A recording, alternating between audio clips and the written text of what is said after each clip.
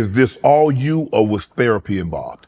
A lot of self-therapy. I mean, a lot of times. And I mean, 2014, after my first season, I went and spent 3 months in rehab in Reading, Pennsylvania. And I didn't have a normal off season. I didn't get to I needed to work on myself. And at this time, I learned a lot through that. And continuously learned as I went on. And this is a, collection of 10 years of not therapy every day, not therapy every week, but a lot of it is with yourself. Mm-hmm. You have to know who you are. Correct. You know who you are. Mm-hmm. You know what you do good. You know what you do bad. You know what you need your team for over here to help you with. Correct. To make you the best version of yourself. And for a long time, I've been independent in the sense that I feel like I can do it all by myself. When in reality, I need family. You need a team. I need friends. I need my team of people who want nothing from me, who want nothing but the best and love for me, and people that I can trust. Because a lot of time in the past, I didn't have people around me that I could trust really genuinely, truly looking out for my best interests. Johnny, you mentioned that you partied, you like to drink alcohol. Was there heavier drugs involved other than alcohol and marijuana? Oh yeah, 100%. In college? No. Once you got to the league? Yes. That's when the real hiding and reclusing started. And man, I've given Cleveland a really, really hard time. And I think it's all more situation than it is really the city itself. Being in a fishbowl city like College Station ate me up because I couldn't move. I couldn't park my car the wrong way. I couldn't do anything.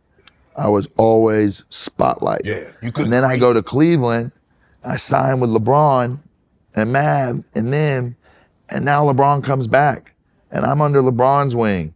So now this heat lamp's even hotter on me. I'm not playing. I don't got confidence on the field.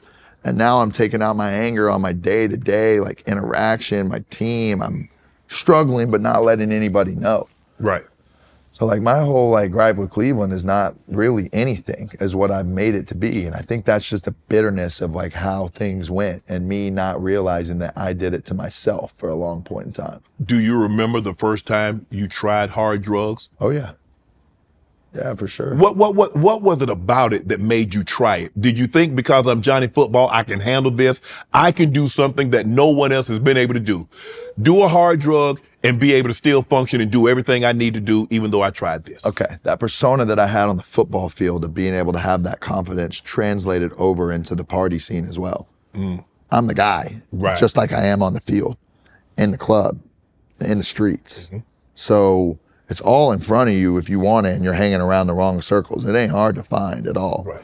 So, you get around people who you think you look up to or this or that, and then it just goes.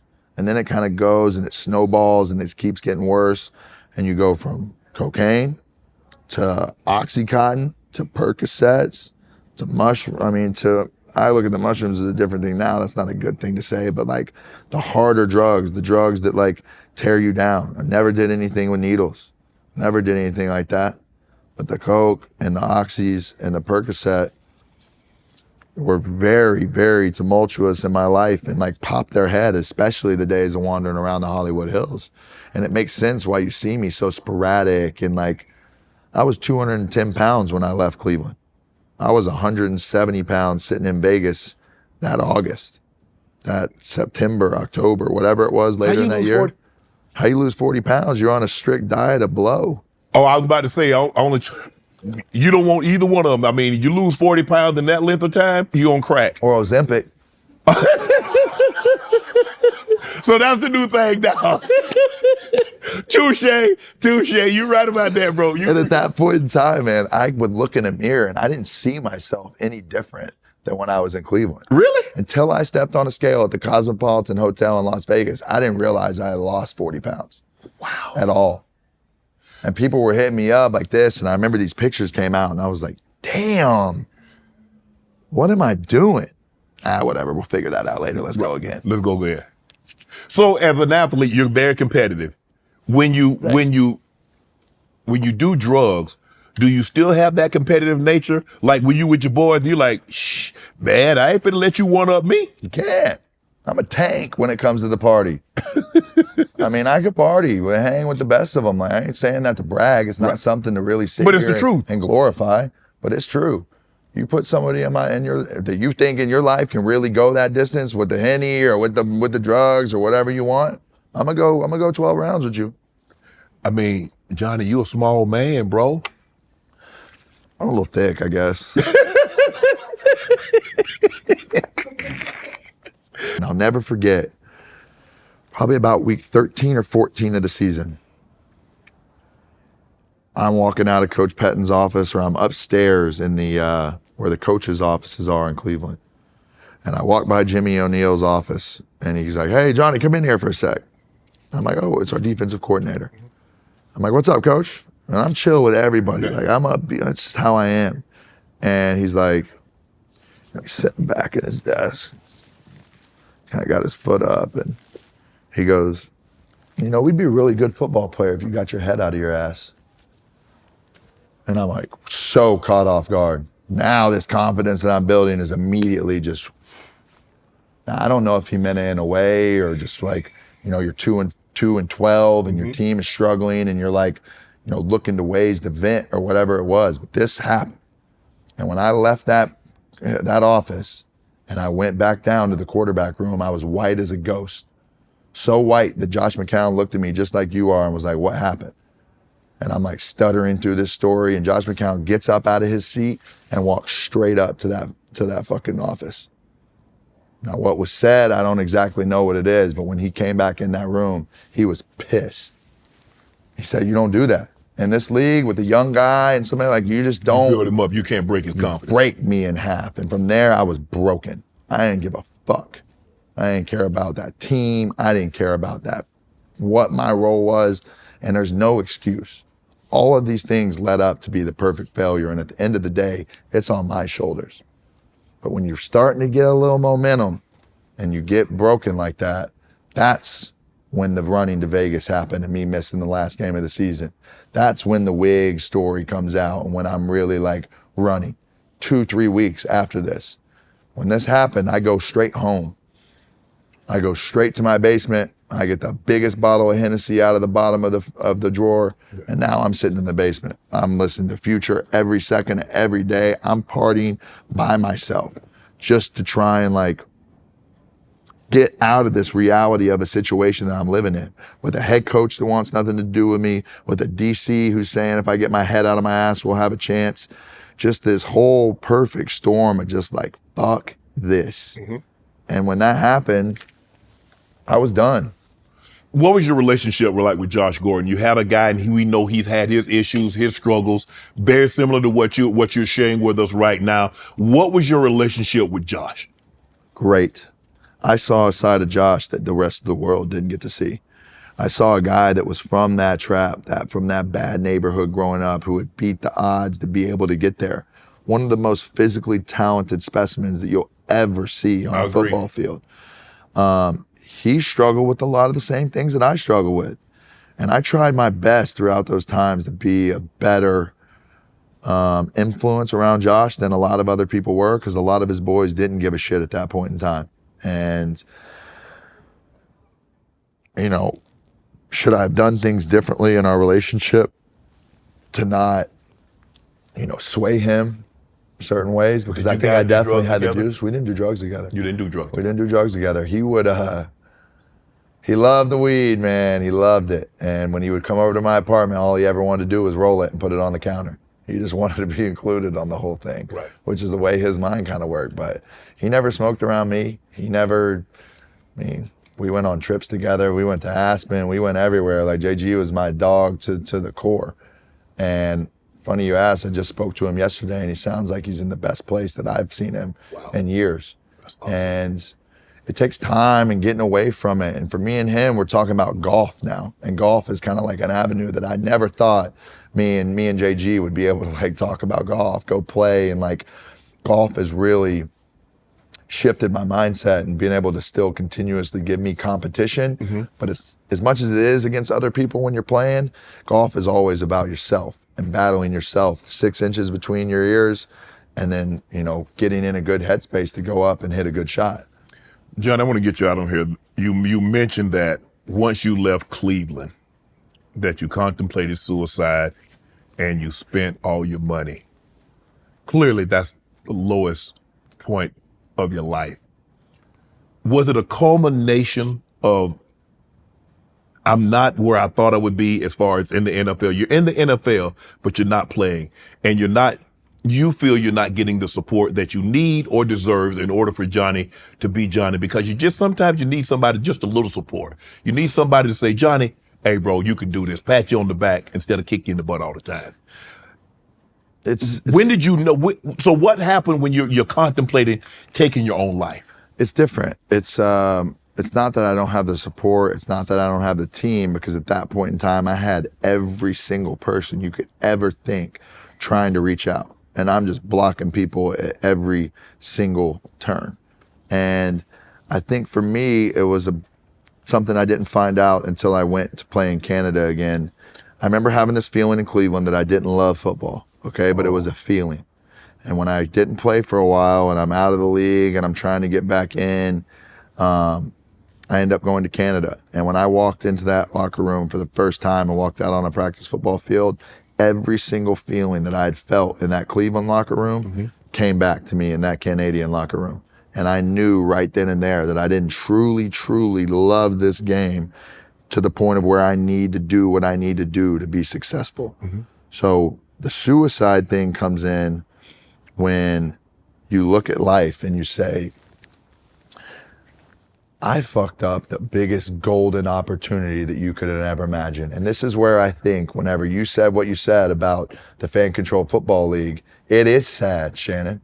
What you said on that day is exactly right. It is sad to watch a guy who had all the potential in the world, all the opportunity, all the resources and team around him, and he still goes, fuck that. But what if I told you today that I don't think that I loved what I was doing enough to ever get into the mix of doing it the right way? I went through that period with Josh McCown where we did it, but like it never was like over the top. And I'm not in the gym, I'm not grinding, I'm not doing the things that I did back in the day that made me great. So now I realize that I didn't love the game of football like that. I just happened to be immensely talented at it. I happen to have great teammates around me, great coaches, great perfect storm to be able to get me to walk across that hall at Radio City Music Hall, walk across that stage. So that feeling came back in Canada. I realized I don't love the game. And then when the game's gone from you, there's a huge transition, and every guy will tell you what the transition is to figuring out your identity and who you are as a person. And I truly feel like from 2017 on, that's 7 years, that's what I've been doing. And my mission has been to try and stay away, get a little bit of this hype off me, and just live and find out about life, to be a great uncle, to be a great brother, to be a great son, to be a great role model for Texas A&M, to be a great alumni, a leader, to be a great resource for my guys who play at Texas A&M. And these are all things that I'm trying to do moving forward that I've completely neglected in the past.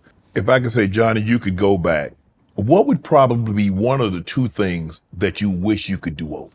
If I could go back to a certain point in time, I would drop myself right after that in the locker room of the Oklahoma game in the Cotton Bowl.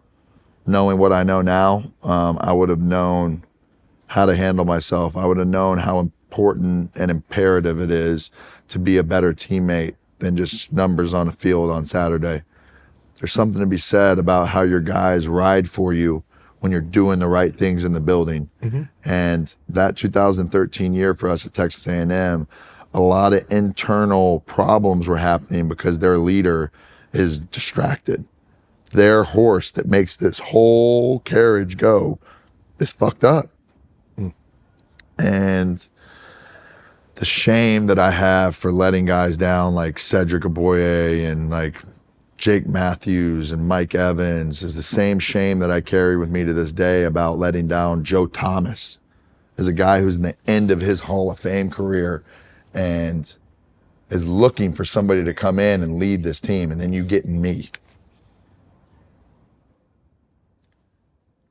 It's tough, It's embarrassing. It's embarrassing to have been the guy that have let down some overall really great athletes of my time and of my generation.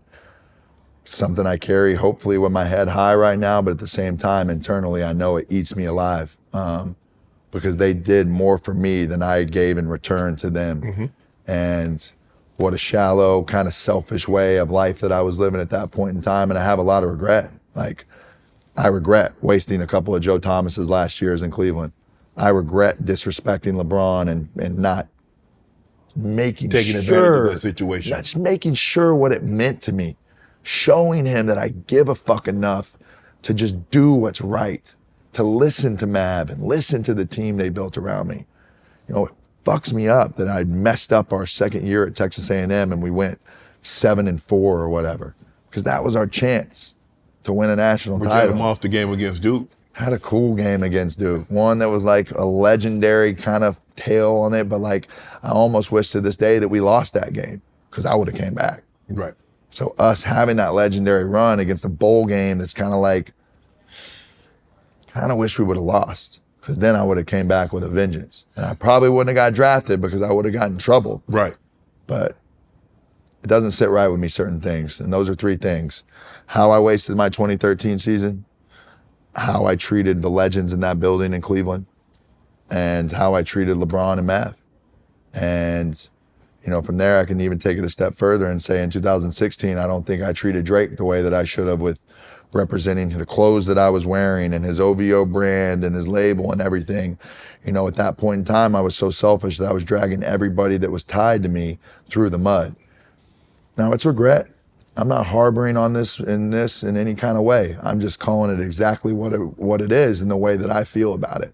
And, you know, I owe those people an apology. And hopefully one day down the line, I'll be able to have the opportunity as a man to be able to look them in the eye and be able to do that. As we sit here today, how is Johnny Manziel doing? Probably the happiest I've ever been in my life. And I think I went through a period of time after the documentary came out where I maybe acted a little bit like I did in the past. And it's easy to let ego and fame and stuff kind of creep back in. And what I've done now since really, you know, December-ish, you know, it's new, 3 months, but I've insulated myself in a way with a team that I can trust, people that I love that are doing nothing but looking out for my best wishes, best regards. They know me. They're not letting me cheat. They're holding me accountable. And it's not going to happen overnight. It is going to be a slow, gradual process to get to who I want to be as a man. But in my opinion, sitting here today with you, enjoying the hell out of this conversation, So have I. I feel like I'm on the right path to where I need to go. And as Johnny Manziel, not as Johnny Football.